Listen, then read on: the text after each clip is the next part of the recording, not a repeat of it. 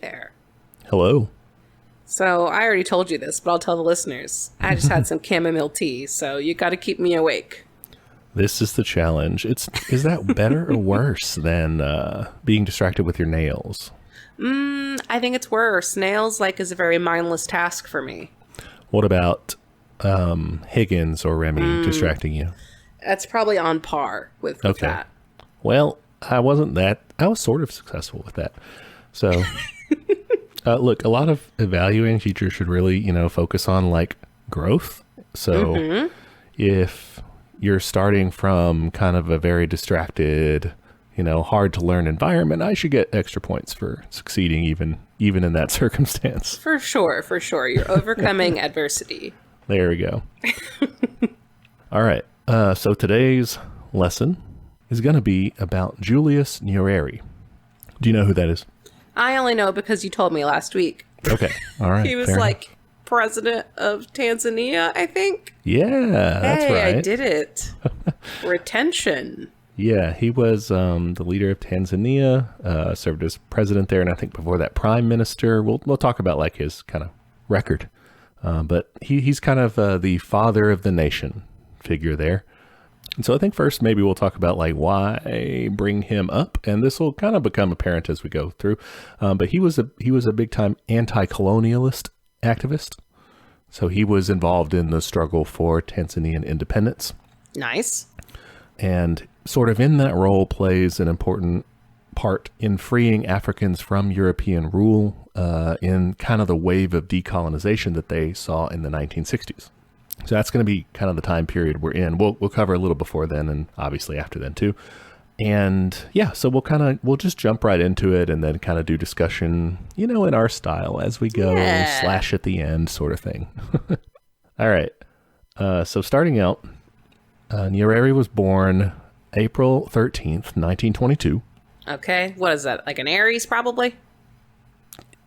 You're asking the wrong dude. Let me double check.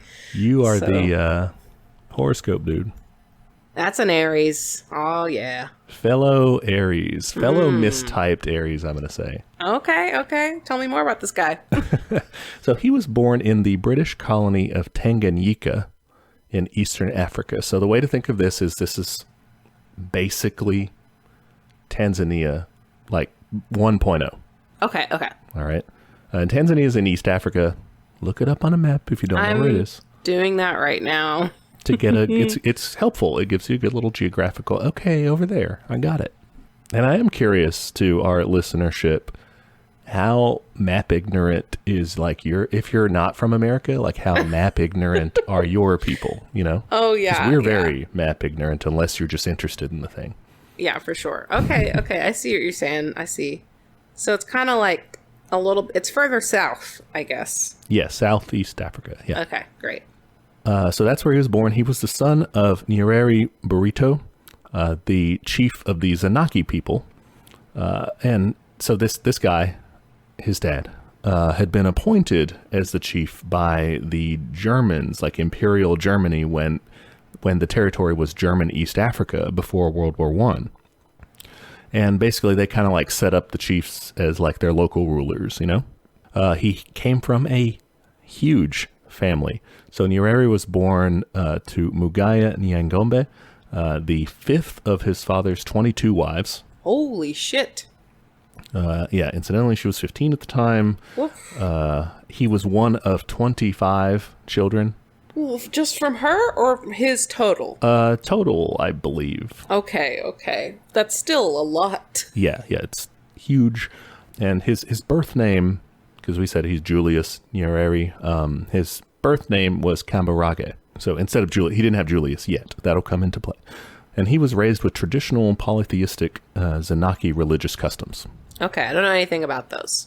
I don't either. I didn't dig into it. But that's where he starts, so he doesn't end there. Okay. A little bit about his early life. We won't get into too many details, but as a child, he sent off to the Native Administration School about 20 miles away. This was kind of, by this point, a British program of controlling the chieftain elite. You wanted their kids to go to your schools and learn how to administer your government, your colonial government there, so that they would stay loyal. Classic imperialism. I mean, school is like the earliest form of propaganda / fascism, really.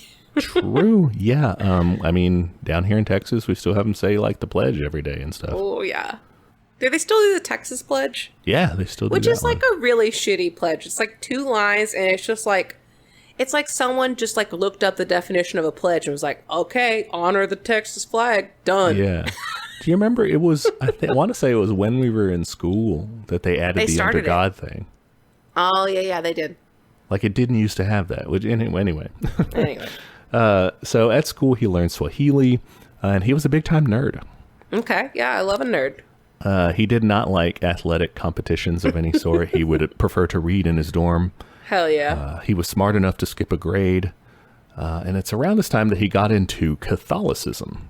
Interesting choice. Yeah, and especially interesting because of what he had to do to get into Catholicism. He had to walk 14 miles out to this mission to go, like, do extra Catholicism, lessons or whatever. What the heck? Yeah. I mean, maybe he was just, a hiking enthusiast, and that doesn't make it into the record. He's just like, yeah, there was a church there and I wanted water. So and I just picked it up. That becomes very influential in his life. Interesting. Would not have expected that. So that's in 1934 that he was sent off. In 1936, he's completed his primary level there and gets a government scholarship to the Tambora Government School for his secondary school. So it continues his nerddom. It's here that he gets into debate and kind of learns, starts to develop a mastery for the English language. He's also a nice guy. Apparently he is not like in a pejorative, like, what about nice guys, girls? Not like that sort of shit. He got friend zoned all the time? No, not that. Oh my gosh. But some of the teachers were like, oh, maybe he should be the head prefect. But the headmaster was like, no, this dude's too nice. Like, he'd get walked all over. That's hilarious. So a little personality, like, as we go along, I kind of want to fill that in somewhat too. Not just the facts. Yeah.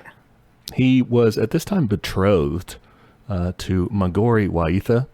We say betrothed. This was like an arranged marriage by his father. She was still just a child. And this does not actually happen. They don't follow through with it. His father dies in 1942.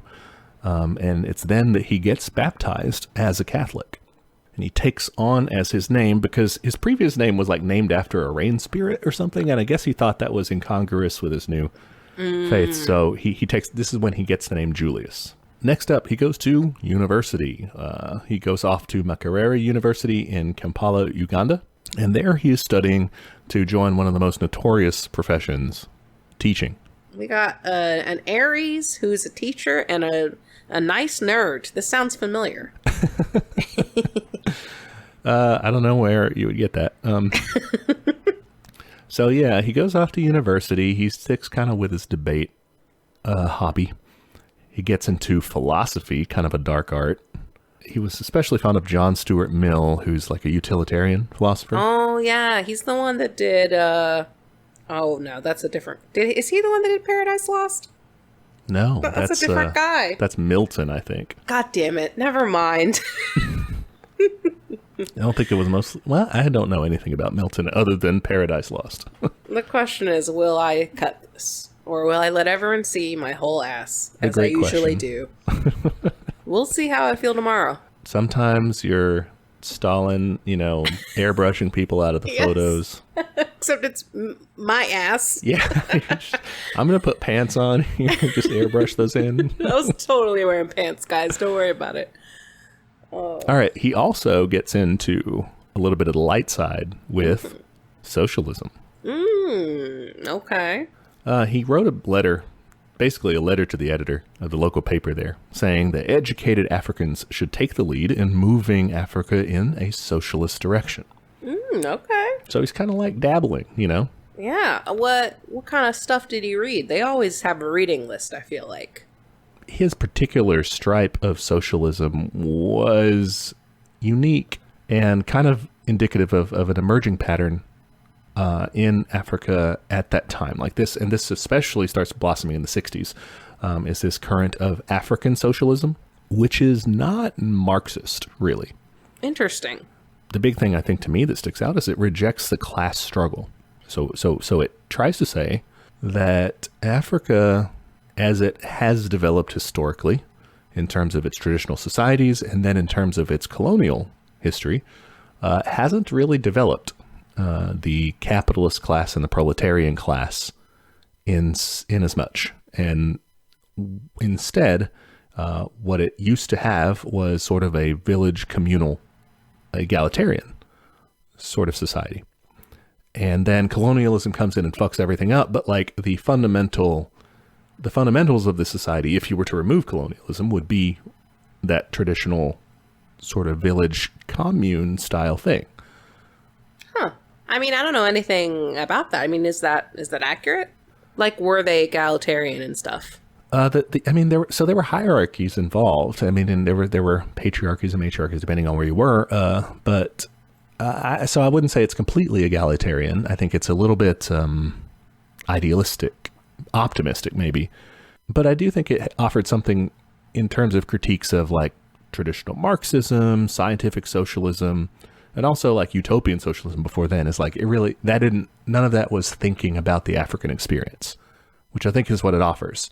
Is kind of saying, how can we adapt this? How can we say, some of these aspects are good. We want to provide things socially for people and have the means of production and all that, but like in our context, Yeah, I think that makes sense. Like when you have an area that is so heavily colonized, maybe the class distinction becomes less about like pure capital and stuff like that, and it becomes more about like colonizer and colonized. Mm-hmm. Yeah, and this is, something we've seen also in kind of Mao's take on Marxism and Leninism, as he was saying, we got to get like all the national classes together against the imperialists first, and then we do more socialism stuff, or more class struggle stuff.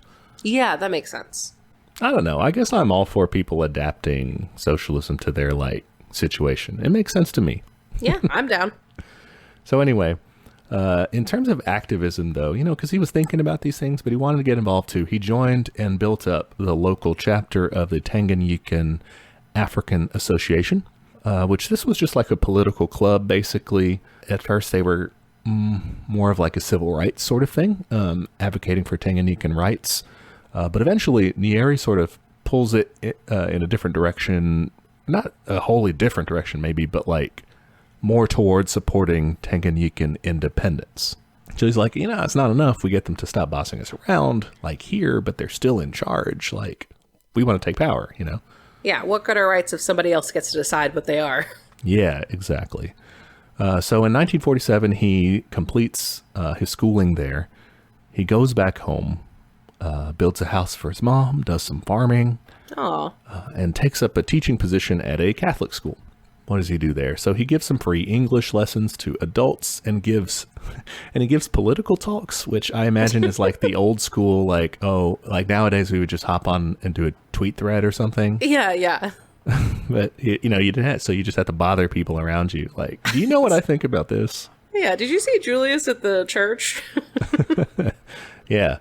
At this time, personal life break, he starts courting a teacher named Maria Gabriel. She was like from a different tribe or ethnic group, but she was a fellow Catholic. And they hit it off. They get engaged in 1948 and they call off the previous, arranged marriage thing. Yeah. And they end up getting married in 1953 and end up having 7 children together. Wow. Yeah. And that's like a lifelong thing. They're together pretty much. Spoiler. Yeah. No more drama. Yeah, that's the personal life break. Come on. I've been watching a lot of telenovelas lately. I'm going to need a few more twists and turns here. We'll see what we can do. I don't know. All right. Let's see. So politics wise, he joined the local branch of the TAA, the Tanganyikan African Association. He became its treasurer and kind of like started pushing things along, opened up a co-op store for them, helped rewrite its constitution to make them officially a pro-independence group. Very nice. Yeah, so he's like, come on, we're doing this. Yeah, so he a little more in his education. 1949, he gets accepted to the University of Edinburgh. He gets a scholarship, gets his master's there. It's just a side note. He doesn't really do a lot of crazy stuff there. And just to be clear, at this point, Tanzania is still under British rule? Yeah, at this point, Tanzania does not exist. Oh, yeah, also Tanzania does not exist. Yeah. It's called something else. Tanganyika is under British rule at the time. So after World War I, it became a British territory. Okay, gotcha. Because they were just like, colonies, give it to us, please. They just said, yoink. Mm-hmm. Okay, in 1952, he's done with his master's stuff. He moves back to Tanganyika near the colonial capital of Dar es Salaam. Okay. And he gets a job in, again, just a disreputable field, teaching history at St. Francis College. How dare you? Yeah. So, shout out to the history teachers out there. And he continues his political involvement. He's elected president of the TAA. Becomes, basically in that position, becomes the leading independence activist in Tanganyika. Just so I get a sense, was this very popular at the time, or was it still up and coming, or like, how high profile is this? Yeah, it's still up and coming at this point. He's really going to kind of kick off the rapid growth of this. Gotcha. In 1954, the TAA gets a new acronym, changes its name, and becomes the TANU. Okay, new t-shirts. Yeah, so this one's the Tanganyikan African National Union. Okay, ooh, I like that. Yeah, this one is a full-on political party. In 1954, they can't really run for anything yet, but their first general elections for the Legislative Council there in Tanganyika was going to be in 1958. They would run in that. Before that point, all the seats in that legislative council are just appointed by the colonial government. What the fuck? Yeah. Cool. Yeah, not great. And even in that first general election, I think they opened up like 30 of the seats to be elected, but the rest of them aren't. Out of how many seats? I don't know the total. This was pretty hard to find records on stuff for that, based on my admittedly limited digging.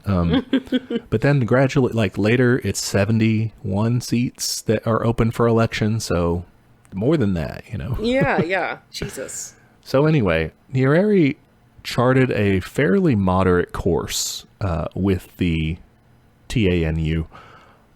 He emphasized nonviolence, for one thing.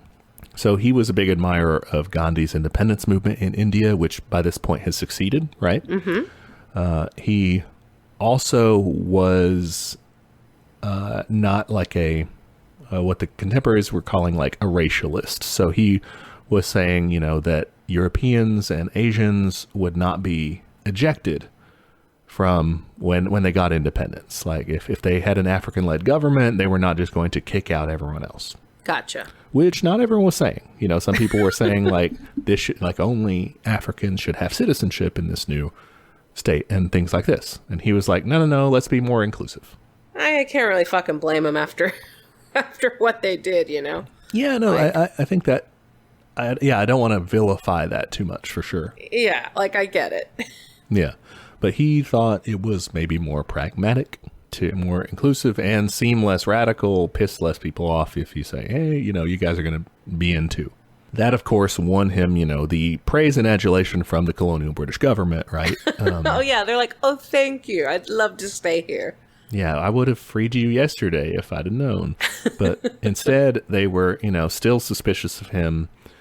He ends up on a watch list, getting spied on by the colonial government there.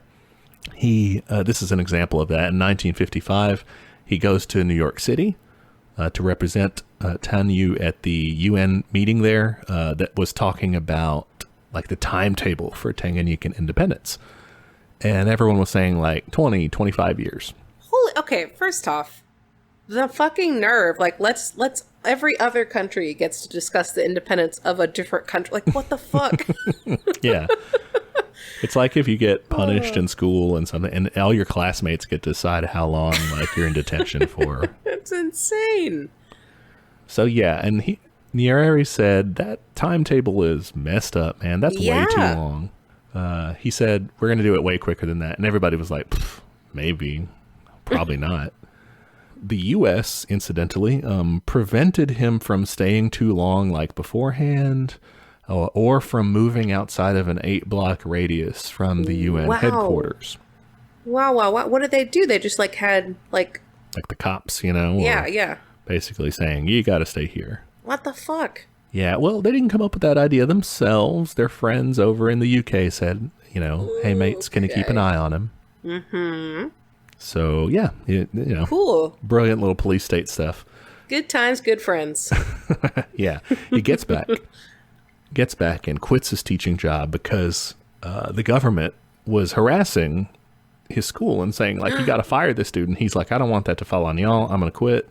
So he goes and he works as a translator for a while and a tutor for this other mission group called the Mary Knoll Fathers, which they're kind of wild. They seem like kind of anti-colonialist, but like a Catholic mission thing. It's interesting. That sounds familiar. I feel like I've read about that. Is it like with a G in it? No, this is with a K, like grassy knoll, Mary Knoll. Oh, okay. I don't know. They were kind of weird. But I didn't dig too deeply because that's not the main story today. You closed that tab responsibly. I'm so proud of you. Thank you. I included the link in the notes. Plug for our Patreon here if you want to. Yes. If you can't be bothered to look it up on Wikipedia yourself. It has all the rabbit holes pre-dug for you. Yeah, exactly. One of the big things that happens in this time period, you said, okay, so the TANU is up and coming. Under Nyerere's leadership, they really, really, really grow the party. They go from 100,000 members nationwide in 1955 to 500,000 in 2 years. Oh, gosh, that's a lot. Yeah. So how they accomplish this is, for one, constant travel. They're doing rallies all over the place. All right. They are spreading their message, this anti-colonial, this nationalist message. And it catches fire, It's popular. Yeah. Hold on. I'm going to Google the population at the time. I think it's still in the millions somewhere. All right. What year are we looking at? 1955 to 1957. Okay. Well, in 1960, they were at 22 million. Yeah. So probably, you could say 20 million. So, yeah. It is a registered political party. You think about political parties in America or really anywhere, like the card-carrying members are a lot fewer in number than that's true. The supporters, which we will see here in a bit. In this campaign, it's very inclusive. We mentioned earlier that he's trying to reach out to different racial groups too. So he befriended white Tanganyikans as well, including like kind of prominent, society figures or whatever. Like got a few of them on their side. Essentially traitors to their project, their imperialist project, but kind of won him over. Of course, the British colonial government still hated him for that. That didn't win him any points at all. Absolutely not. Though I would say, like, to be a member of the TANU, you still had to be African at that time. That would change later, but that was still like a rule. So not 100%. Also brought in women. Cool. So in 1955, you saw the founding of the TANU Women's Section. This was not Nyerere founding it. This was a woman named Bibi Titi Mohammed. And this was a big deal in terms of popularizing the party. By the end of 1955, you actually had more card-carrying TANU members who were women than men. Oh, wow. Okay. So they just got all the ladies. Yeah, that was a big part of it. Now, it was still kind of like the prototype of... They were not pushing for full, like, women's liberation, gender equality yet. So some of the actions at the time, they were putting pressure on their husbands to, like, show up to the meetings and everything. It reminded me kind of the Harlan County stuff. Yeah, that's what I was going to say. So some of the local chieftains, they're essentially imperial puppets. And they, like, ordered the local population, like, don't attend. These are rabble-rousers, that sort of thing. And the women would basically, try to shame them into like, you're really going to let him tell you that? Like, come on. And then they came up with the tactic of refusing to cook for husbands that didn't go to. Oh my God, I love it. They're just like, dude, you're going to be hungry if you don't go. Yeah, you're going to make your own fucking dinner.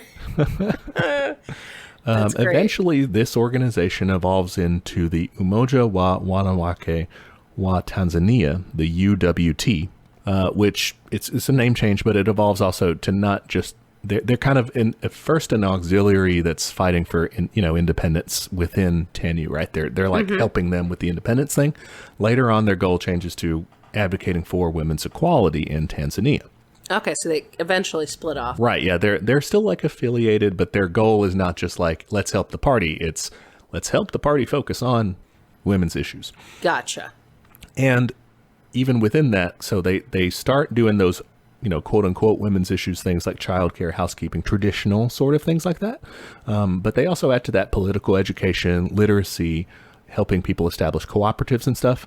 And then by the time you get to the 70s, to kind of tie this in, we're jumping ahead a little time-wise, but by the time you get to the 70s, they broaden their goals to include like just straight up women's liberation. Oh, that's awesome. Yeah. I would qualify to say that like there aren't a lot of laws that are passed specifically focused on that. So it's more like, they were advocating these ideas, but it's hard to see where that really translated into government policy, specifically, advancing the feminist agenda. But it was there. It was like an idea, I guess. Is what they were pushing for it, yeah. Yeah. All right. Back to the 50s. We get to the election in 1958, where TANU participates. Some people wanted to boycott it, but Nyerere was like, no, we can't. We're not going to boycott it. Like, we won't get to do anything if we boycott it. The reason they wanted to do that is because every district that was open for a vote, every district would elect 3 representatives, 1 African, 1 European, and 1 Asian.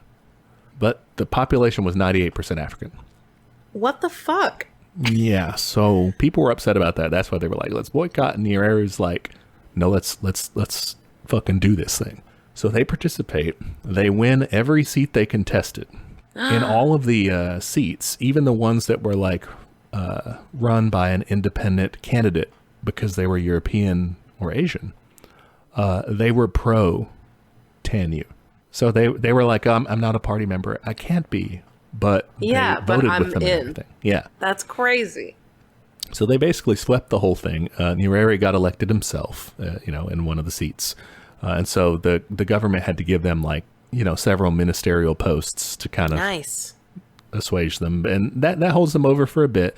February 1960 is a momentous event in colonial history because this is when the Prime Minister of Great Britain, Harold Macmillan, who was a conservative, gave a speech called The Wind of Change, where essentially he said that the British Empire was going to start decolonizing. That's pretty crazy. Yeah, it was just like, we can't do this anymore. and there's a lot of analysis as to why that was the case, and it's not our main story, but basically they didn't no longer had the resources. They were trying to build the welfare state. They had just been devastated in World War II. They read the writing on the wall. They were like, that's going to be too expensive to maintain. What we can do instead is economic imperialism. We don't have to straight up occupy places.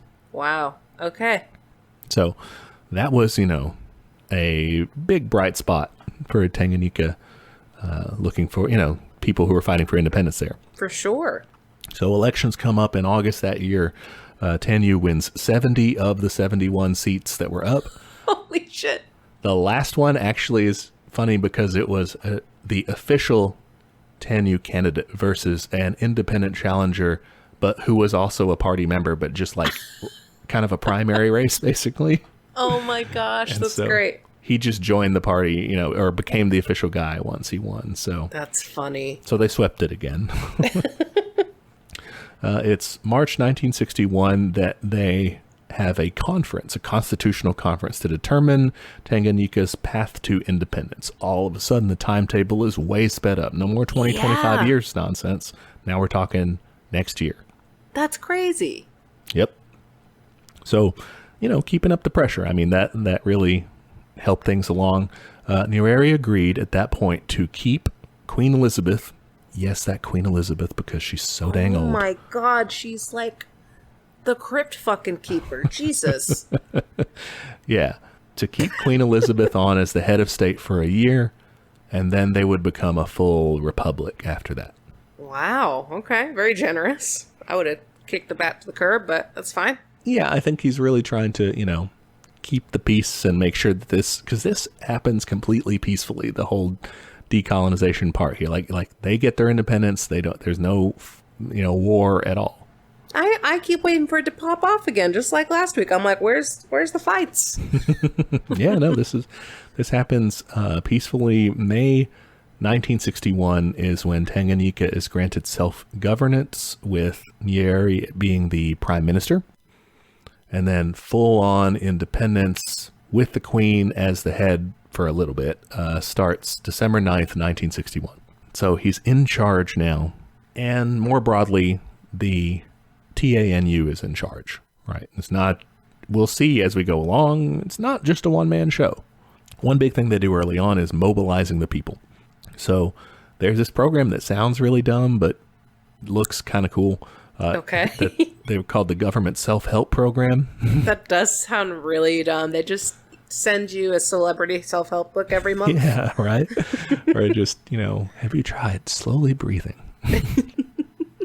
No, but so what they did here is villagers were encouraged to work 1 day a week for the community. So, you're doing your other shit, but like 1 day was like community service day. Interesting. And they put together like community service brigades basically, but like hardcore stuff, building roads, building wells, schools, clinics, all this stuff. Whoa, that's some dispossessed stuff. Yeah, they were putting together the work brigades basically. Interesting. They also let the kids get in on it. They had what was called the National Youth Service, which was Jeshi la Kujenga Taifa, the army to build the country. Ooh, okay. And so it's kind of good, kind of weird, because it's like a young people public works program, which is cool. It's like a CCC, cool. Plus paramilitary training. That part's a little less cool, but whatever.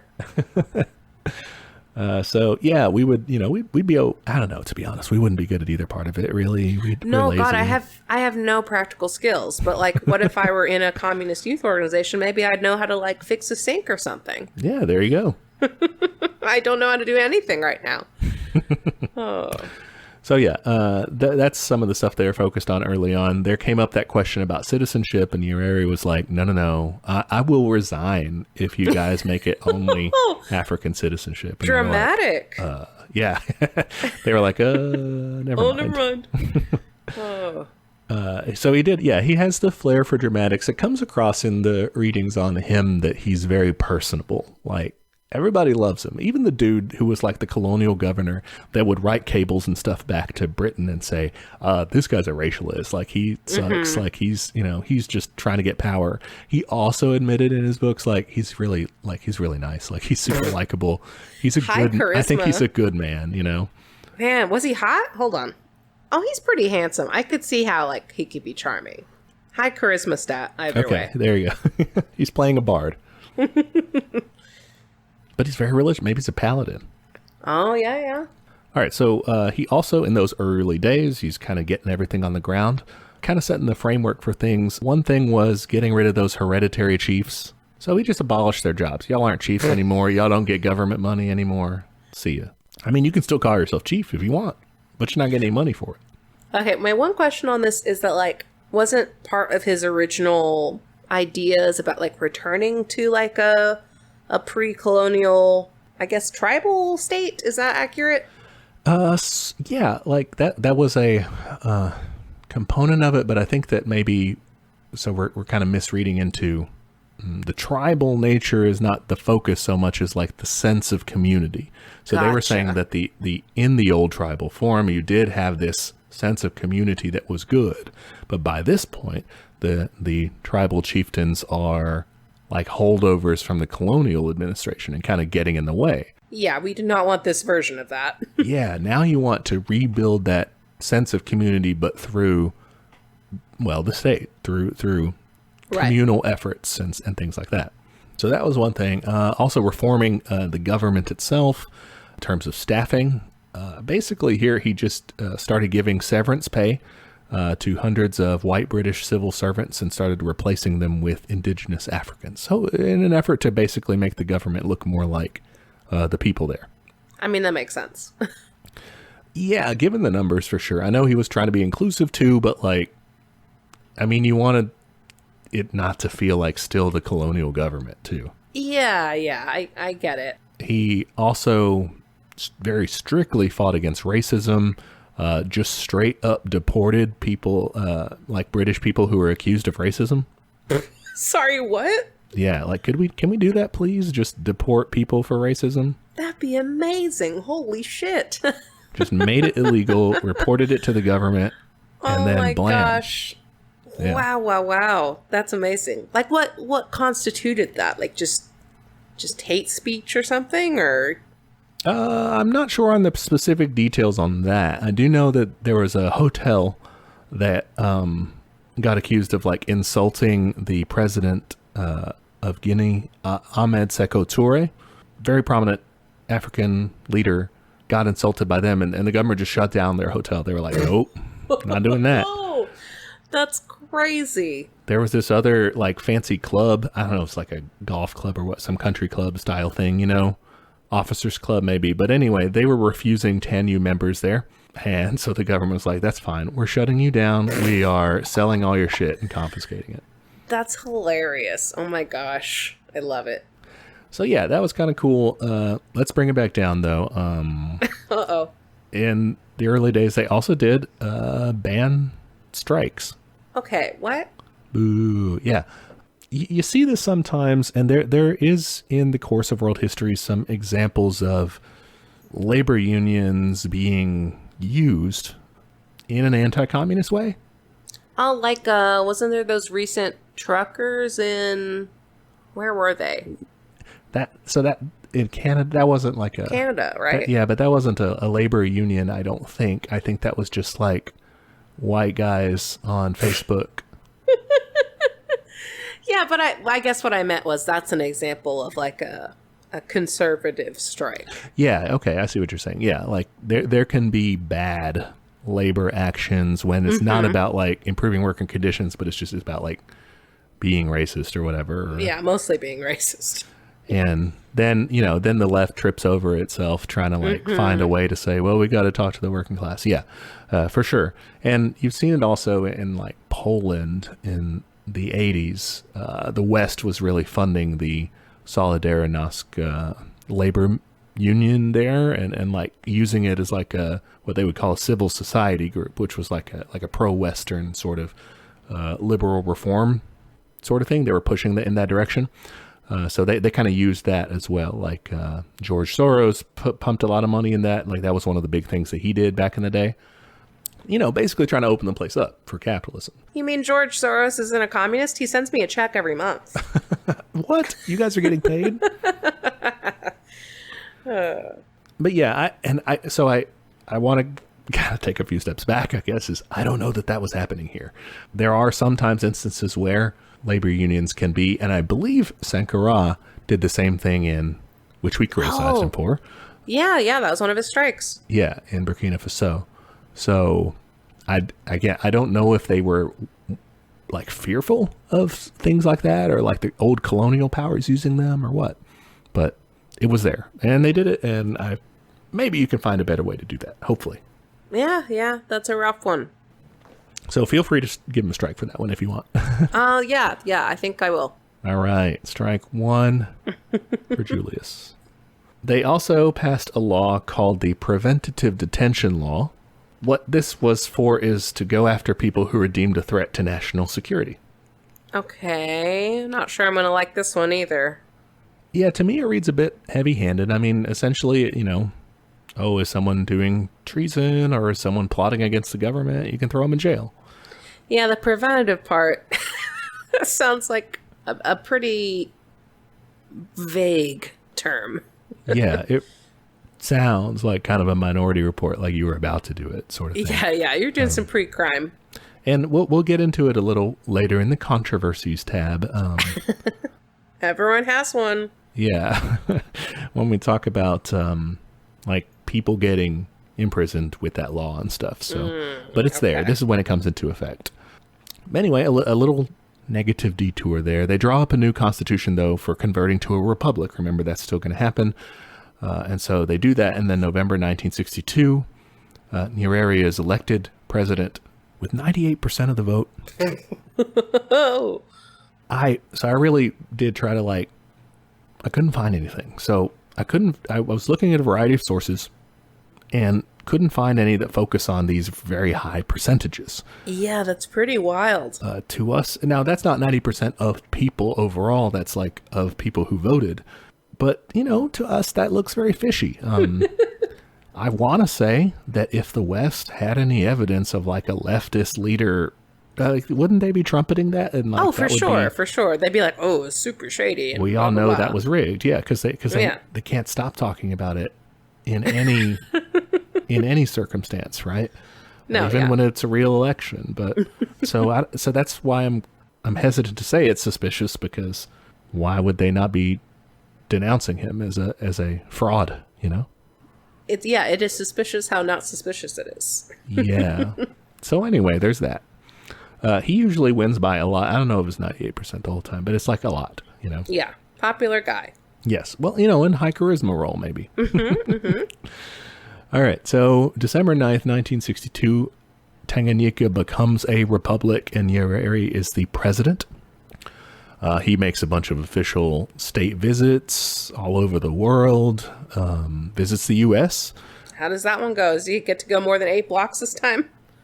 He gets to go to the White House, so there's that. Oh, okay. He goes and visits JFK at the time, and they hit it off. They're friends. They're high charisma, I guess. But he fails his persuasion check. He can't convince him to be an anti-apartheid. Oh. Make any statements against apartheid. So yeah, he did what he could, I guess, but had a nice smile. So one big thing that Nyerere did in his term in office was make important diplomatic connections with other African countries. He was a Pan-Africanist. Pan-Africanism has a long and cool history of all its own. It's not our main story here, but the idea of it, Nyerere's idea of it, and other African leaders like Kwame Nkrumah and Thomas Sankara, the idea was to politically unite the whole African continent.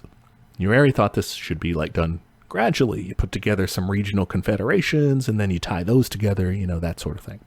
But he, in June 1963, met with the president of Kenya, Jomo Kenyatta, and the Ugandan president, Milton Obote, and talked with them and was like, hey, what if we put together one of these federations, made an East African federation? This did not really work out. They kind of, slow rolled it, bickered a little bit, and it didn't come to fruition. That was a big disappointment for Nyerere.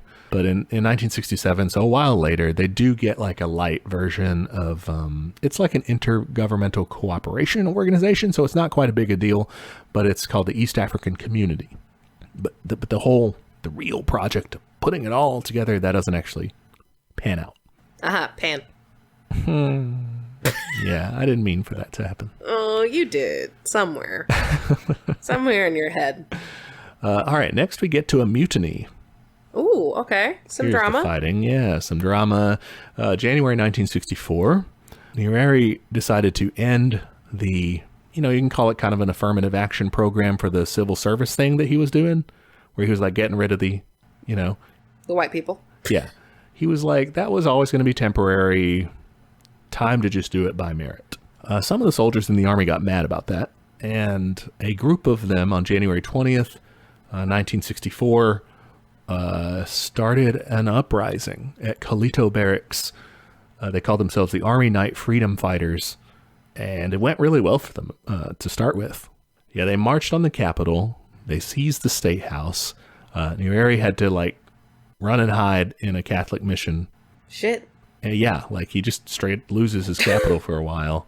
Fuck. They demand the dismissal of white officers. They demand a pay raise, and the mutineers capture some government official, not as high ranking, but somebody, and they kind of force him to fire all the white officers, to appoint indigenous replacements, and all this. Wow. Yeah, and Nyerere, January 23rd, gives a press conference. Finally he's out of hiding again, and says basically this is embarrassing. But I'm going to stand strong. I'm not calling the British to help me out of this. But then 2 days later, he calls the British for military aid. Oh my God, no. So they send in, they're like, okay, yeah, they send in 60 British Marines. They're just like choppered in, and they force the mutineers to surrender. And so, yeah, Nyerere kind of embarrassingly gets his country back. Wow, that sucks, dude. What happened to your youth paramilitary group? They were still in training, I guess. They're still like teenagers or something. Yeah, he didn't want to go the child soldier route. Yeah, that's a fair point. So he disbands the rebel battalion, obviously. Yeah. Fires, yeah.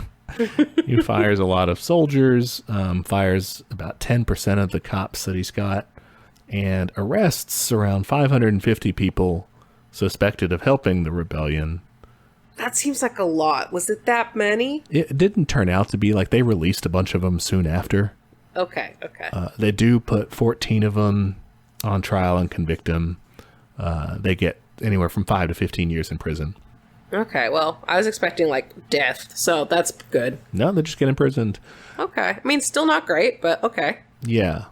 Prisons do suck. But yeah, so I guess from this, maybe he learns a lesson, and he kind of writes about this, that he hadn't done enough to reform the army. Like, he did a little bit, but it was still essentially colonial, He actually just ends up keeping the changes that the mutineers had demanded. He starts but he kind of goes further than that and starts placing TANU personnel in the army and in important industries to kind of head this off in the future, which probably should have already been doing. Probably, yeah. Next up, we're going to change the name here. We've been doing that a lot. Okay, another rebrand. Yeah. Changing the name here. So in January of 1964, January 12th, launches the Zanzibar Revolution next door in the Sultanate of Zanzibar. And the Zanzibar Revolution was led by a Marxist-Leninist party called the Afro-Shirazi Party. Oh, okay. What's their deal? Well, they were communists. And they wanted to overthrow the Arab minority-run monarchy that ran Zanzibar. So Zanzibar the year before, had just gotten its independence from the UK with the Sultanate in charge. And so now that the Brits aren't really there to really back them up, the communists are like, let's do it. Oh my gosh. Okay. What happens? So they overthrow it, and then their new revolutionary government quickly, just does massive land reform. Ooh, yes, my fave. Well, it was not the West's fave. No shit. And the Soviets and China and socialist countries in Eastern Europe start helping out the new revolutionary government. Hell yeah. Meanwhile, the British and the United States are really pissed off. You can just say bad guys. That's fine. Same thing. Nyerere was actually quite taken aback by this. He was surprised. Oh. He recognized the new government, but is quickly trying to put something together to unite Tanganyika and the Zanzibar archipelago, so Zanzibar. And he meets with the Zanzibar's leader and gets him to agree to do this union to create a new country, basically, called Tanzania. Okay, that's pretty cool. How does he get them to agree that? Because, no offense, this guy doesn't seem like he's done anything that communist. No, and he really wasn't espousing straight up communism really ever. He's talking about socialism a lot, especially later, but yeah, he's not full on doing communism. There's a couple of different schools of thought here, and there's nothing really that dives into okay, what did they really talk about? But Nyerere says, okay, we're trying to work for PanAfricanism, right? We're trying to band together so we can chart our own course so that we don't get, run over by the US or something like that. We're stronger together. Other people have speculated and said, this looks kind of like it's part of a Cold War power struggle, like he's trying to maybe prevent a sort of Vietnam-like situation from happening next door. Okay. He doesn't want, the U.S. to come do a bloody war over there right next to him and set up a puppet state.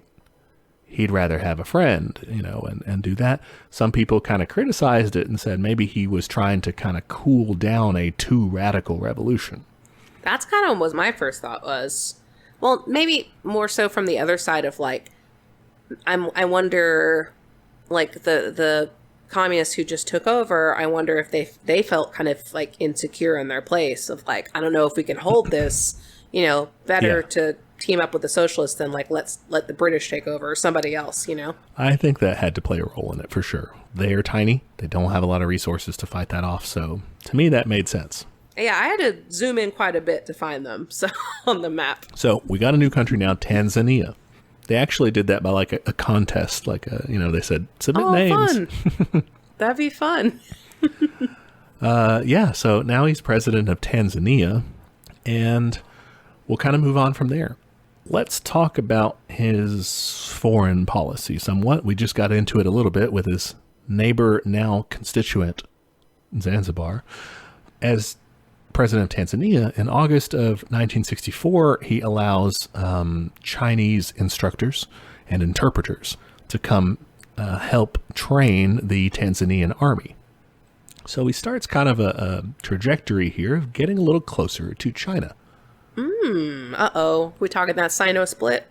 Doesn't really seem to negatively impact that. In February 1965, he gets to go to China, does a state visit, and he's really like fascinated with, impressed by Mao's project there, this egalitarian, very agriculturally focused project. And we've talked about like the problems that it had and everything, but Nyerere is seeing this as like inspirational. He's like, whoa, what could I do? How could I take some of this back? So in June 1965, Chinese Premier Zhou Enlai visits Tanzania. So like a return visit, And after that, millions of pounds of investments pour in from China. To pay for textile mills, farm equipment. There's a huge railway linking Tanzania and Zambia called the Tazara Railway.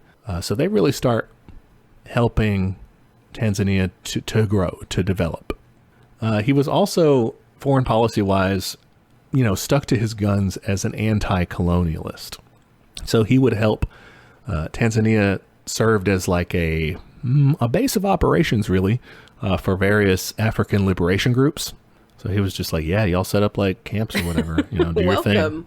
Do you need any snacks? Do you need any guns? Oh, he's just the den mother. Absolutely.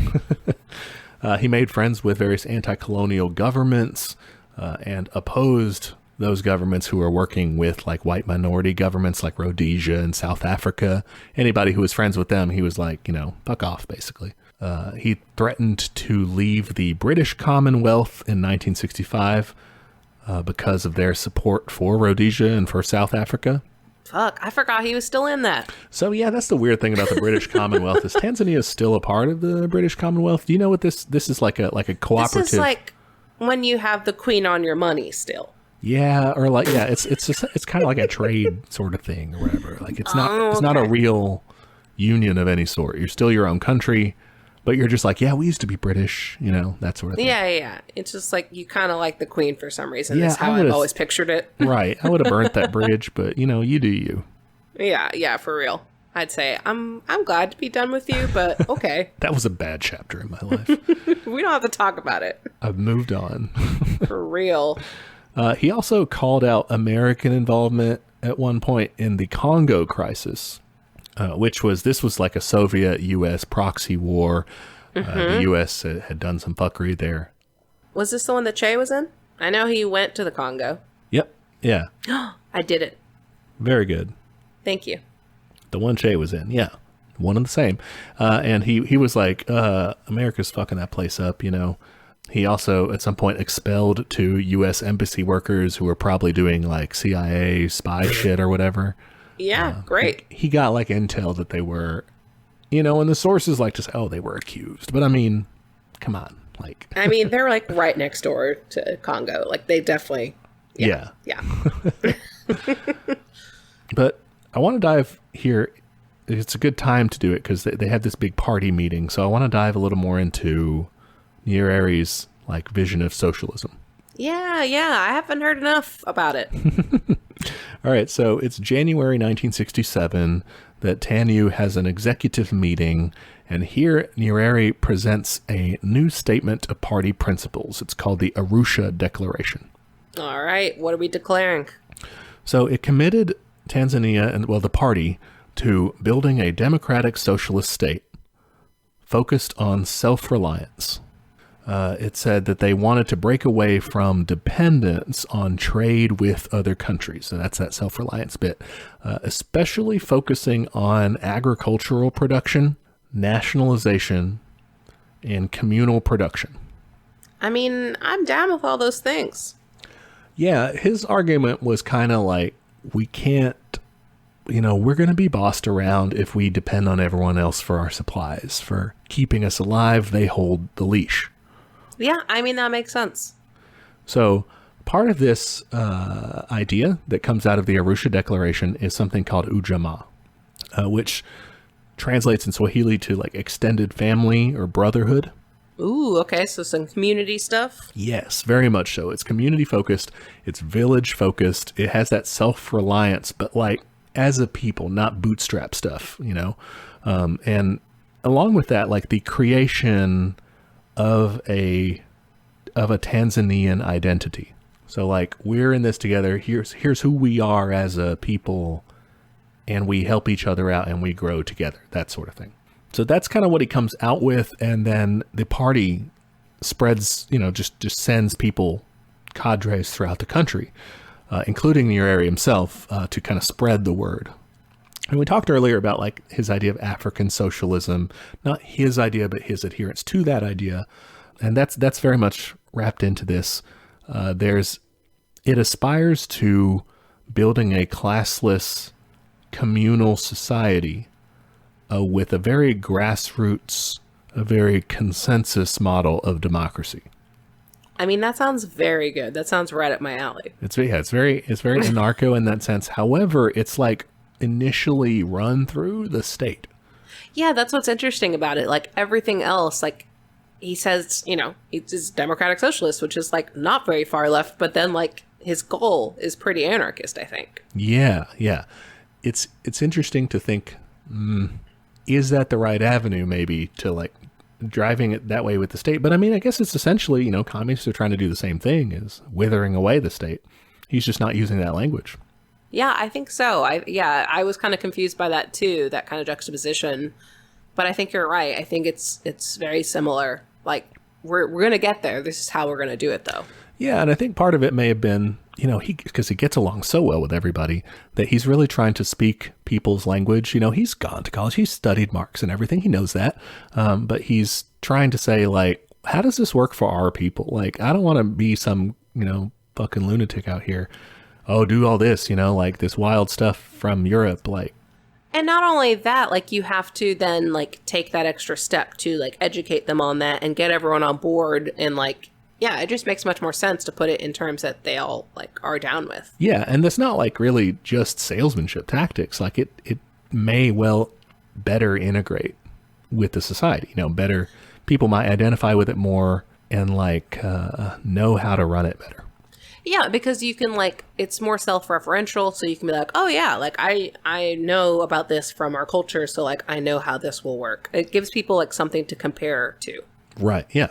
Part of the Ujamaa vision was supporting a one-party state, which kind of gets into this interesting, idea that we're talking about. Like, how are we doing this state run? Well, also, how are we doing this as a one-party state, but having democracy, right?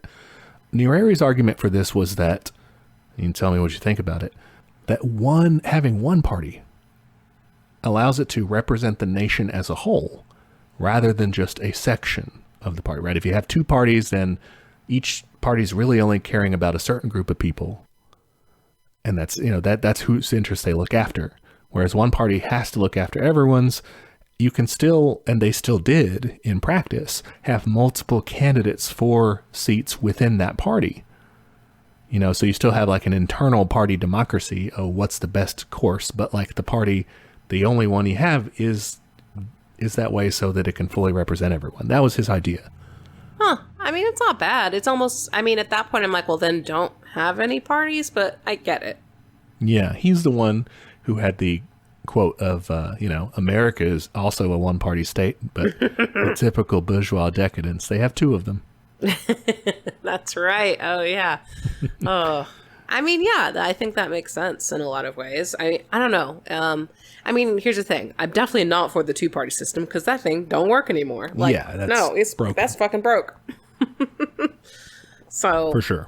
Yeah, I'd be more willing to try a one party or a many party or whatever, you know? Yeah, a one party, I guess, like you said, it kind of ends up being no party in a way, but it's like you run your democracy through it. Like it's everything, because you see this in the Soviet Union and in China as well as, and in existing socialist states, is there's a lot of like democracy and debate that happens on the lower levels and everything.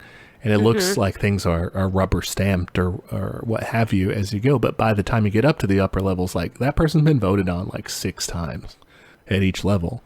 So I don't know. It's interesting. I think that Americans and a lot of people who don't live in these countries, we don't really, it looks foreign to us. We don't really. It looks like you don't have a choice. Right. Yeah. But if you talk to people like from Cuba and stuff, they feel like we have a lot more democracy than you have, you know? Mm-hmm.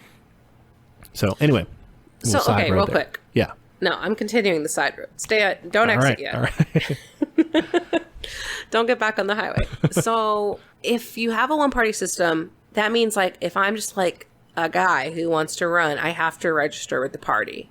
Yeah, you would join the whatever party. Are there any requirements that do I have to like sign a thing being like, yeah, I'm like for this socialism project, like I'm on board, that kind of thing? I guess so. To be a party member. That's my question. Because I'm like, at what point does it just become like almost an administrative apparatus instead of like a party as we think of it in terms of like we all believe the same thing? Yeah, I mean, you do have to.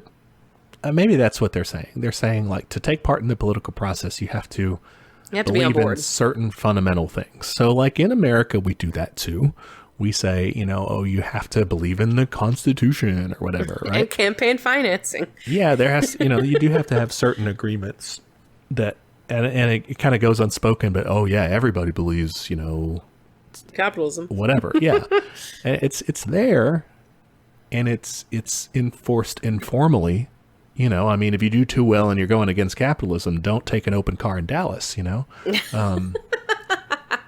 But so, I mean, we still have those restrictions. It's just not codified, Yeah. Interesting. Okay. I'm open. Open to maybe ideas. it isn't the right way to do it, though.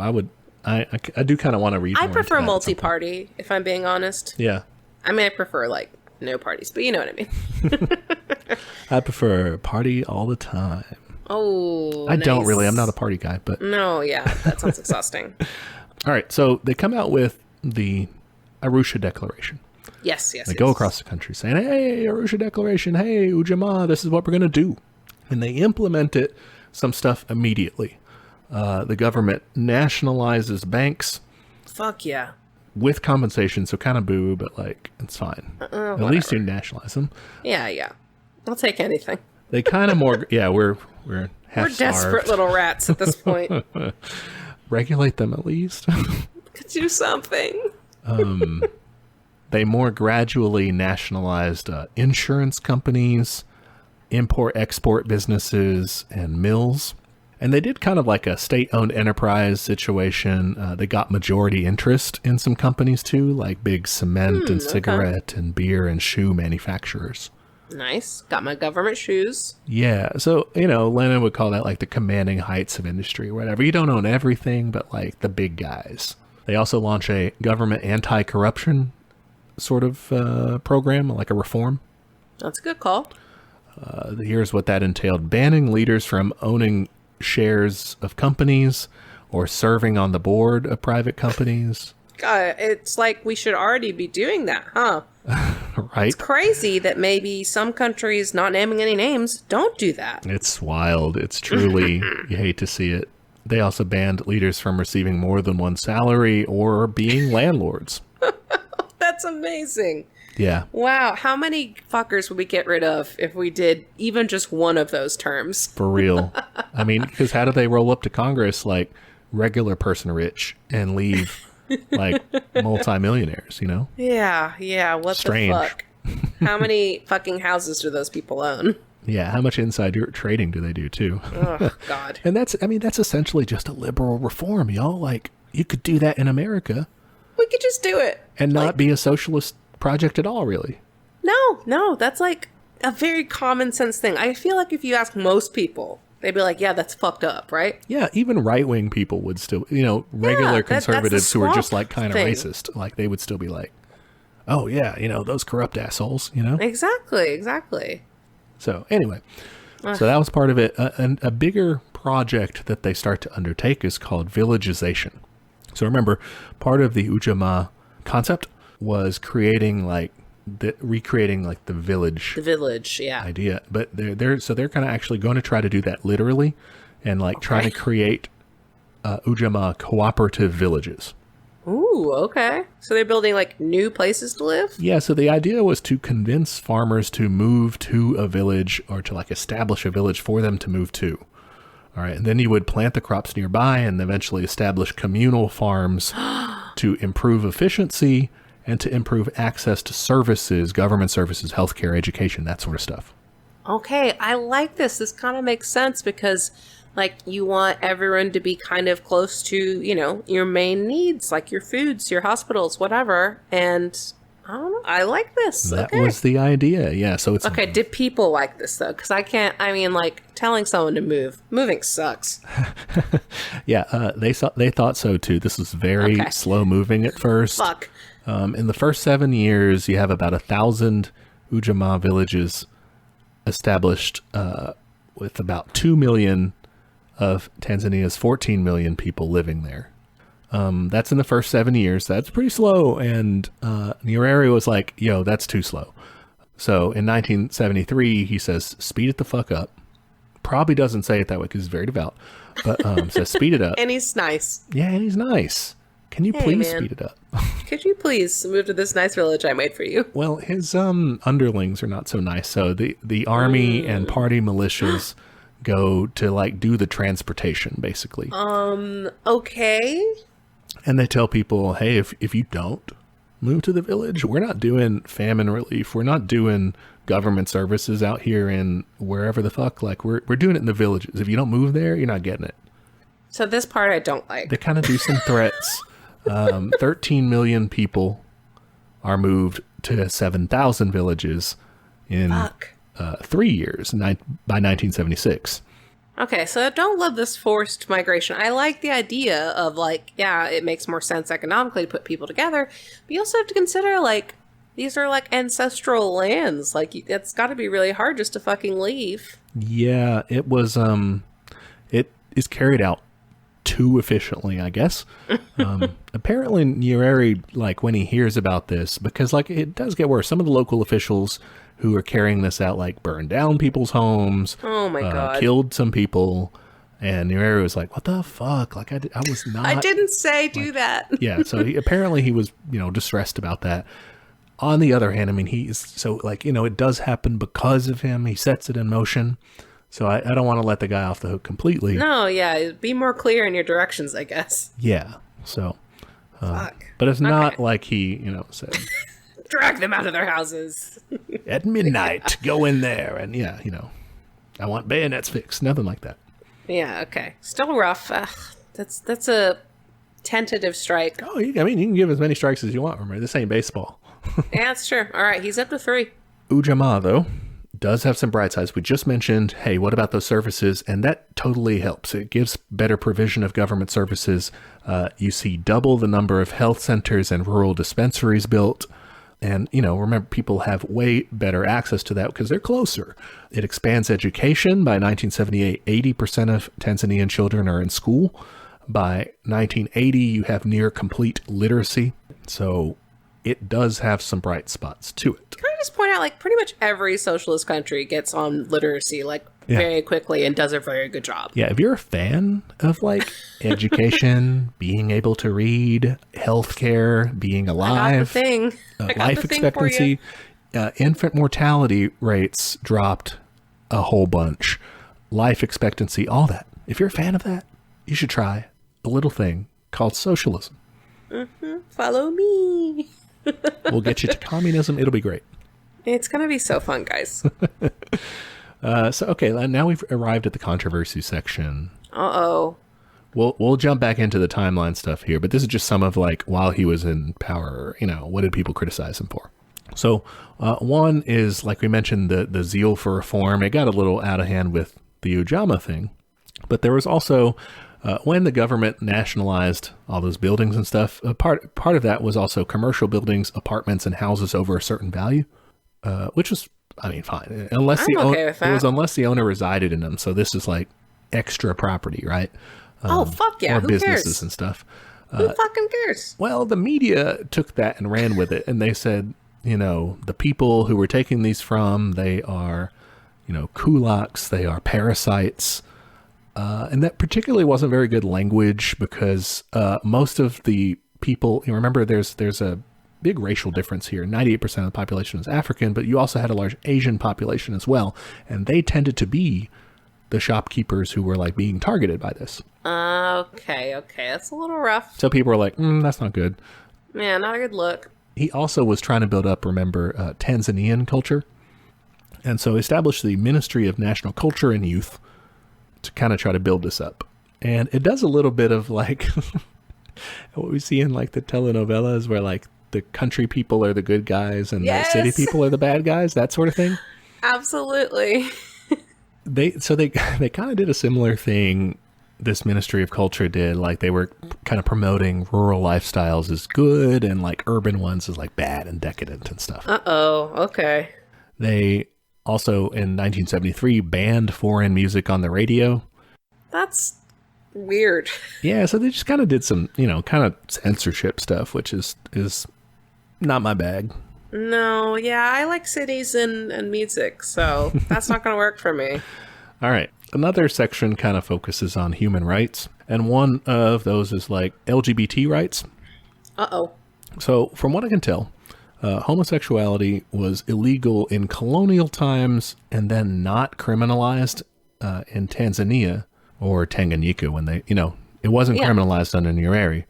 It's not until 1998 that they passed the Sexual Offenses Special Provisions Act, where it was made punishable with 30 years to life in prison. Woof. Wait, sorry, what year? 1998. Okay, so they go back and make it punishable? Yeah. That's rough. So that's from what I can tell. The article that I was reading said that Nyerere didn't legislate on it. So I guess I just don't think it was a thing. He didn't legislate on it for kind of a messed up reason. He's Catholic. He said that homosexuality was alien to Africa, and so it wasn't necessary. Oh, okay. So a little bit in denial there. Yeah, a little bit. Anyway, problematic faves. But he was very nice. He was so nice. Did not believe that gay people existed, but was really nice. Those are two weird combos. Okay. I mean, he was Catholic. Poor thing. Yeah. Didn't stand a chance. Shout out to our Catholic listeners out there. I understand. Free speech. So people could criticize government policy, and they did that in party meetings, in public, in the newspapers. Like, it wasn't some exaggerated police state style thing, but people who were accused of being political subversives, they were detained without trial with that thing, the preventative detention the preventative law. Thingy. Oh, gosh. Yeah. So Amnesty International in 1977, which I've raised before my, suspicions and whatnot about them. You got to be careful, but their estimate was around 1,000 people detained at that time. And then by 1981, their estimate was fewer than 100. Okay, so those aren't that many people. No, it's not. It's still not great if true. America has that many people in black sites overseas getting tortured by the CIA, I'm sure. Yeah, absolutely. On any given Tuesday. That's really not that many. Yeah, it's still bad. You don't want... Not a good look. You don't want to do that. Also, people kind of argued about whether, like, so sometimes members of parliament and stuff or government officials would get charged with like corruption or treason and things like that. And people kind of suspected, oh, is that true? Or was that like a cover story for, crossing Nyerere in some way? Oh, okay. Now, I kind of raised this because I wanted to mention that in the Western press anyway, you see this a lot, or now and then anyway, in regards to reporting on China. When they occasionally like squash a billionaire or two, they put them in jail and take all their shit, and then they release them later, and the billionaire's like, oh, I love China or whatever. People are like, oh, they crossed the Chinese Communist Party, so that's why that happened to them. They weren't actually just like corrupt or something. I don't know the facts in either case, but to me that was the parallel that I saw, was like, maybe there are corrupt billionaires sometimes and you got to go after them, But maybe you're right. Maybe they are like actually just quashing a dissident. Yeah, that's a good question. I do not know. I mean, and that's the trouble with like so much of the media coverage in China, and I'm sure like the sources on any socialist country are gonna be pretty fucked. Yeah, that's the struggle we face. Let's see, what do we got? January 1971, neighboring Uganda, their president Obote, who was friends with Nyerere. Yeah, they met. Yeah, he got overthrown. A military coup. It was led by Idi Amin, who, if you ever watched The Last King of Scotland, that's who that guy's based off of. No, I don't know what that is. Okay, it's a movie. Well, I figured that out. Forrest Whitaker, it's good. Okay, I like Forrest Whitaker. He was a bloodthirsty dictator. Like a military coup to stop Obote's increasingly socialist regime. And basically they were worried that like the military's privileges were going to be done away with. All right. Did they have any help from some friends? There's alleged British and Israeli support. It's not widely alleged, but I did see that out there. And you know me, I like a good allegation against my enemies. Me too. So. Me too. But these socialist policies were going to hurt British corporations. Ugandan support for anti-apartheid forces under Obote was hurting their geopolitical interests, so it does make sense for Britain to help Amin with this. Yeah, they weren't upset about it, probably. Plus the no, they were not. They recognized the new government like really quickly. Immediately. Yeah. And Amin was a real asshole, but tensions grew over time between Nyerere and Amin. Nyerere offered Obote, the guy who'd been overthrown, offered him refuge, allowed exiled Ugandans to set up rebel bases in Tanzania. Oh, wow. Again, brought him snacks and everything. And for a few years there's like a series of minor provocations and retaliations. So they'll piss off Uganda. Uganda will like do a bombing real quick, and then so back and forth. But in October 1978, Uganda invaded Tanzania. Okay. So this kicked off the Uganda-Tanzania War. It's pretty brief. October 9th, 1978 to June 3rd, 1979. Oh, that is kind of short. Okay. Yeah. Nyerere is like, I'm not just going to drive back their invasion. I'm going to overthrow that motherfucker. Holy shit. Okay. He rolls up his sleeves. Yeah. He's like, no more Mr. Nice Guy, He puts away his nice smile. And there is actually a really good picture of him frowning. He looks very intense. Let me look at it. There he is. You see it? Frowning. Like staring right at the camera? He's like He's absolutely mean mugging. That's his war face. Yeah, that's definitely the war face. So he mobilizes tens of thousands of militia to aid the regular army and then launches a counter invasion. And some of this is brutal, it's war, but they roll back Amin's forces, they capture the capital, and they force Amin to go into exile. Later on, down the road, he'll die in exile. He never comes back to power. Great, I love that. Yeah. What you won't love about the war is that it was super expensive. Oh, okay. I thought you were going to talk about how many people died or something. Well, lots of people died too. You won't love that, but yeah. It was super expensive is the real big downside for Tanzania. Costs an estimated $1 million a day. Oh my gosh. Completely disrupts food supplies and healthcare provisions, and ultimately makes the country start looking toward a recurring good friend of the show, the IMF, for help. No, I was worried about that. Yeah. No. They're out of money. They got to go to the bank. No. So in 1979, after that huge, crazy, expensive war, Finance Minister Edwin Matei goes and talks to the IMF and negotiates an austerity deal with them. Our favorite words. Fuck. Okay. So he's like, debt relief in exchange for austerity. Classic bullshit, wage freezes, interest hikes, more free trade, whatever that means, and less government spending. Great. Takes it to Nyerere. And Nyerere's like, are you fucking kidding me? Fuck yes, that's my guy. He's like, this is ridiculous. No way. The IMF's a neo-colonial tool. Yes. They are just trying to put another collar on us. No. Yeah, no, absolutely. That's just colonialism through a bank. Yeah. So he rejected it. Matei says, well, fuck it, I resign. And Nyerere's like, whatever, I don't need you. Like, you're a dumbass trying to go get an IMF thing. Love it. So he wins yet another election in 1980. But by this point, he's kind of, he's got an eye on the door. He kind of wants to help the party find a successor. Makes sense. Now, the party by this point has a new name.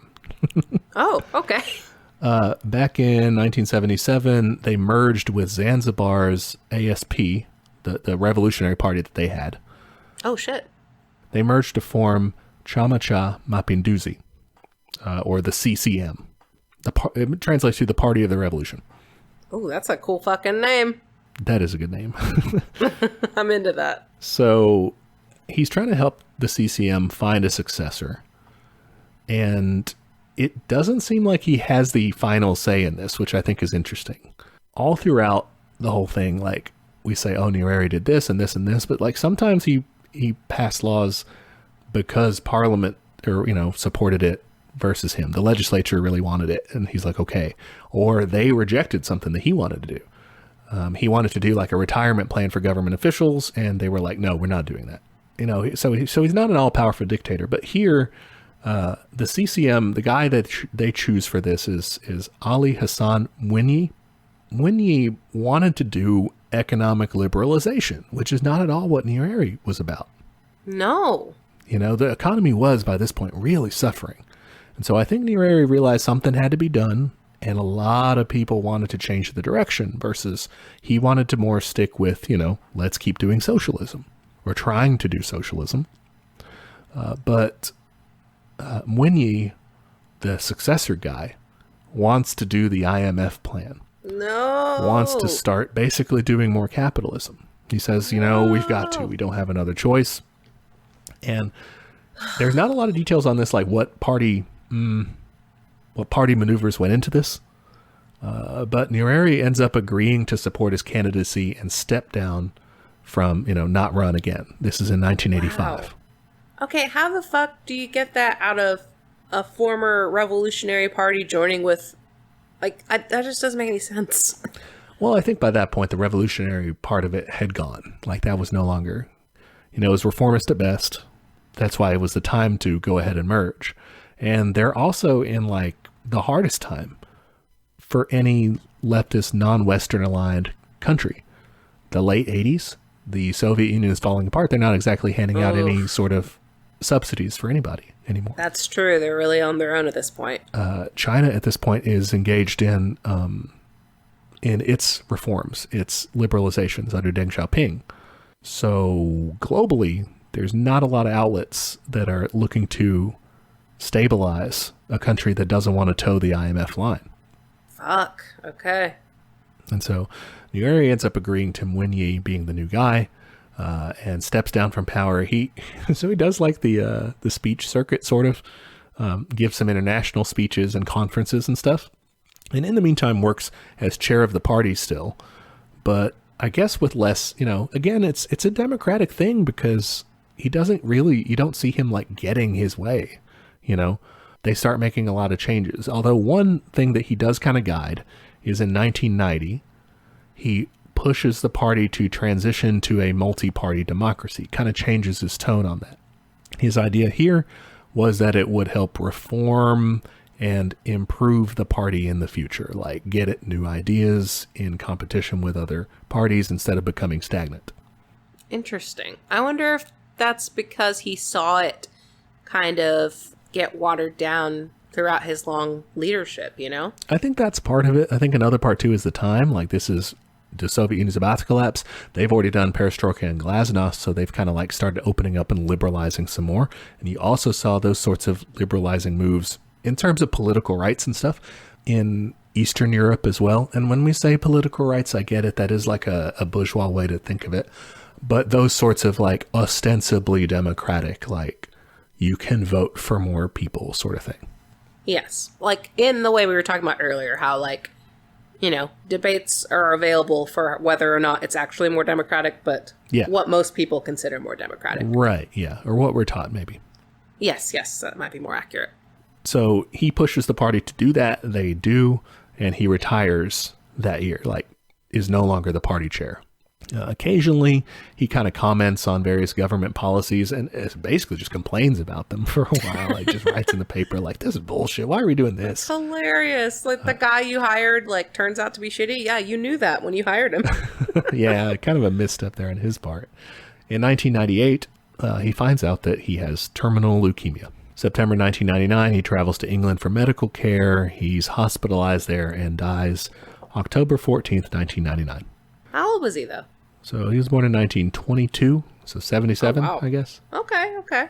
And yeah, the people after him, Wen Yi, like we said, was kind of a liberalization guy. He starts them on the road of basically undoing the socialist policies of Wu Jima. He takes a $78 million IMF loan. Ugh. They impose an austerity plan. And just to be clear, austerity basically means like you can't do any fucking social programs. Like you can't spend any money. Right. Your government cuts back a ton on that. Yeah, it's essentially, that's the main thrust of it. The World Bank, you know, they're not going to be left out. They jumped in with what the article called structural adjustment credits, which, if you look that up, is just a fancy way to say loans with strings attached. Yeah, okay. So it's credits, right? That's the loan part. And then structural adjustment is that austerity stuff, is you've got to restructure your government, all that. AKA make it more friendly for business. Mm-hmm. Exactly. Ugh, gross. So, of course, people suffered. All those, you know, improving things that we had talked about, like that leveled out or got worse. Corruption skyrocketed with Wen Yi and subsequent presidents. Like there's a series of corruption scandals with these guys. You never had that with Nyerere. He was very, you know, famously austere. He did have a driver, but he had his own car and like stopped at stoplights instead of having a big fancy motorcade and shit, you know, dressed really simply, not someone trying to rob the government. Yeah, definitely. And an interesting coda I will add here, now that we're on the other side of Nyerere's death, a Tanzanian diocese of the Catholic Church put Nyerere's name forward as a candidate for canonization as a saint. Whoa. Yeah, and on May 13th, 2005, Pope Benedict XVI declared him a servant of God. Okay, what does that mean? So that is someone who is on the first step of the canonization process. Oh, like the Blessed Mother Teresa of Calcutta? Yeah, like that sort of thing. Oh I mean, my I think that's a gosh. different, like that's a next step maybe. Or Yeah, I think she might be on level 2. Wow. Okay, I was wondering because, like, when I was looking at pictures, one of them, like, the source was, like, the Vatican. I'm like, why are you doing it on a Vatican website? Yeah, and Okay. that was an element for him in his socialism too. So he was a guy who like didn't think, oh, you know, we're going to try to make everyone Christians, but like his Christianity, I think, and his Catholicism, he very much bought into like this idea that Christianity had some sort of liberatory potential. Like it, Yeah. you know, should, if you were a good Christian, if you were a good Catholic, you would be socialist. Okay, maybe we should tell Mom about this guy. Oh, we got a new saint for you to look at. Saint Julius. There's probably a real, you know, an actual Saint I'm Julius sure there already. is. He has to get another. Well, Saint Julius of Tanzania. Yeah, you get an of at that point. Yeah. Yeah. So yeah, there he is. Interesting dude. Very interesting. Like, I don't know. He was kind of such a mixed bag, and I wonder how much of that was his, like, quote unquote niceness, is his ability to kind of get along with everyone and, like, put together policies that were, like, quote unquote reasonable, you know? Yeah, that don't fit our definition of why didn't you just, execute the landlords or something? Or Yeah, he wasn't radical, I'll say that. yeah. But he was still cool. Do you think that for you that's the biggest point of contention, or is it more like the various missteps of being too heavy-handed with authority? Yeah, because when I look back at my strikes, they were all for, like, yeah, the more authoritarian side of things. And even those weren't that bad, you know? They were pretty, they were pretty JV compared to, like, Stalin or something. Compared to shit that, like, the United States does. Oh, like, for sure. all the yeah. time. Like, yeah, pretty nominal faults there. So, yeah, I think my actual biggest strike would be the way he handled, like, the end. And maybe dude was just tired and was like, man, I don't have time to find a better replacement. This is just going to have to be this guy. No, I think that's totally a valid criticism for sure. How do you think he could have managed that better?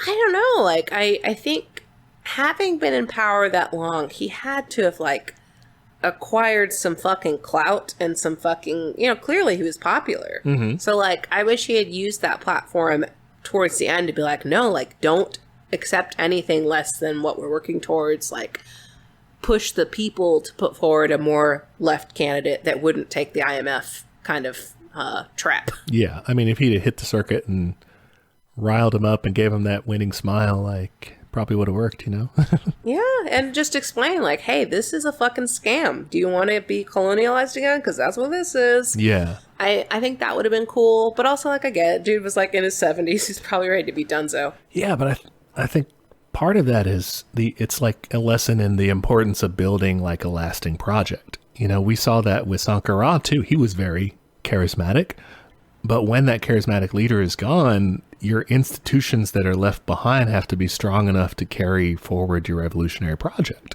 Exactly, yeah. And it's striking because his initial party building was so strong that I thought, oh, like, this guy's got it made. But, like, it kind of got watered down as they went. And I understand that, like, we were talking about how circumstances were very poor at the time. Like, there were not a lot of good options, for sure. They would have struggled if they had continued, I think. Like, they would have struggled in some other way.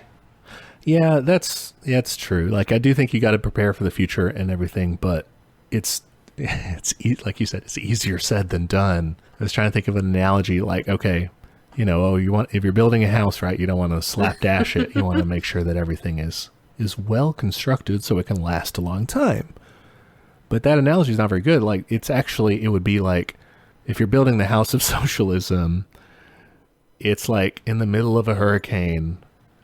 The Americans are raining down napalm. I was going to say, yeah, someone's trying to take down the house. Every brick you lay, they knock it over. Nazi death squads are coming in.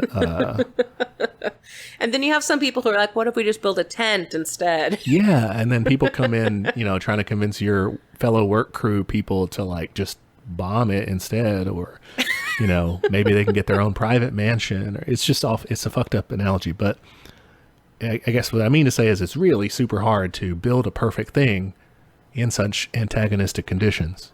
And so it's easy for us to sit back and, like, well, why don't you, like, build, like, a powerful worker state that's also, like, democratic and listen to the needs of the masses and, make sure that it doesn't get corrupt at the capitalist road. Like, come on, dude.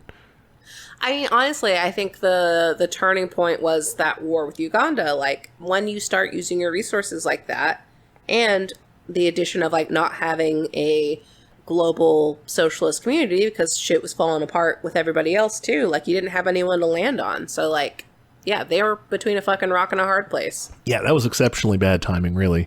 A more powerful Soviet Union socialist countries in Eastern Europe and stuff. Yeah, they could have helped, but overall, though, I think he was cool. Yeah, I think he did some cool stuff. I think some of his ideas were kind of out there, like the village thing, like relocating people. At first I was like, oh yeah, that sounds great, and then I, like, actually thought about it, and, like, you told me about the effects. I'm like, yeah, that actually would be really difficult. So yeah, I thought with that, because that's something, it's got its pros, it's got its cons. It did basically fail, like Ujamaa did, and I think it's because he kind of got too far out ahead of people with that one. Like normally we're sitting here saying like, well, he's not going that far. He's being kind of cautious. But I mean, come 1976 or 1973, he went ham on the relocation bit. And that seems to have been the one kind of instance of acting too fast, too drastically, and it didn't work. You know, like that's, I guess the Maoists call that commandism, when you get too far out ahead of the masses. And yeah, I mean, again, he's not really taking like a Maoist or a Marxist-Leninist even analysis to it. So he's not trying to do mass line or anything like that. So maybe that was a weakness to it too, is the party wasn't like connected enough to realize that, hey, we're fucking up by pushing too far. But I think even if he had looked at his original kind of ideas of like PanAfricanism and like African socialism, of like understanding, like incorporating cultural importance into your socialism, I think he would have realized like, hey, maybe it's not a great idea to kick these people off their fucking land. Yeah, that's true. That's true. You know, like I feel like that's a pretty easy connection to make. Yeah, and I think that he accidentally borrowed from utopian socialism in trying to put that together, because he was critical of it. He was like, those guys, they don't know about Africa. But then, I mean, then he's talking about doing... Like, I'm going to build new towns instead of just building like a railway to connect the towns. Right. So he's kind of like... Could have just spent all the money there. Accidentally reinventing that. Yeah. Interesting. Yeah. I like him. Yeah, he's, again, a nice guy. We can't stress that enough. Very nice. So nice, guys. I think for me, he probably did more good things than bad. I think so too. Yeah, the bad ones I was never like, oh, how dare you? You know? Yeah, and for me, the bad ones are more like disappointments. I'm not like, oh, you asshole. I mean, sometimes, you know, it's like, oh man, you know, you threw somebody in jail. It's not very nice. Or, oh, you banned strikes. It's not very nice. But most of the time, it was like, fuck, that didn't work. Like, that sucks, you know? More circumstantial. Like you feel for him. Again, it's that charisma role, man. You identify with him. Very charming. So that's Walimu, that is Julius Nyerere, his Life and Times. Thanks for teaching me. Anytime. Again, actually once a week. Actually once a week. What are we doing next week? We're watching a movie, right? I don't know. Yes? Yes? Yes. All right. The answer's yes. Yeah, we're watching a movie. We're watching The Young Karl Marx. Looks like it's available on Amazon, which is interesting. They show crazy stuff on there sometimes. Yeah, they don't fucking care. It's content. Capitalism subsumes everything, even the anti-capitalist stuff, and sells it to you as content. It sure does. It's great. I love it here. That said, you can subscribe to our Patreon. That actually doesn't feed capitalism. I know that sounds incongruous, but we're not using it for profit of any sort. So nope. It goes to mutual aid, y'all. Yeah. So anyway, yeah, check that out if you want to. Borrow a friend's Amazon. Find it somewhere just lying around. Yeah, it fell off a truck, you know, however it happens. Cool. All right. Well, I will talk to you next week then. All right. See you then. Bye. Bye. Hey there, comrades. Just jumping in to remind you of all of our social media. We are on Twitter at teachcommunism, Instagram at teachmecommunism. You can shoot us an email. That's teachmecommunism@gmail.com. Any of those places are good to send us an episode suggestion or a question, anything you think would be useful feedback for us, or just your admiration. If you want to admire us in a public manner, and you should, you can go to Apple Podcasts to give us a review. It is the best way to help people find the show. Love when people write and review us. Please do both. We are also on YouTube, if that's how you prefer to listen to podcasts, or if you know someone that's the only way they'll listen to podcasts, send them to our page. And we have a Patreon. For $5 a month, you get access to our notes for each week's episode, including the backlog of notes, which is a very handy resource for up-and-coming commies. And at the end of the year, all of the funds from Patreon will be given to local mutual aid in the DFW area. So, ain't going to line our pockets. Finally, we have merch. Check us out at TeePublic. You can find shirts and I believe also stickers and magnets and all kinds of fun stuff with catchphrases from the show or episode art, stuff like that. The link to that store is in the show notes, so check that out. Okay, that's all the internet. Join us next time for another episode of Teach Me Communism, where the class struggle is always in session. Bye, y'all.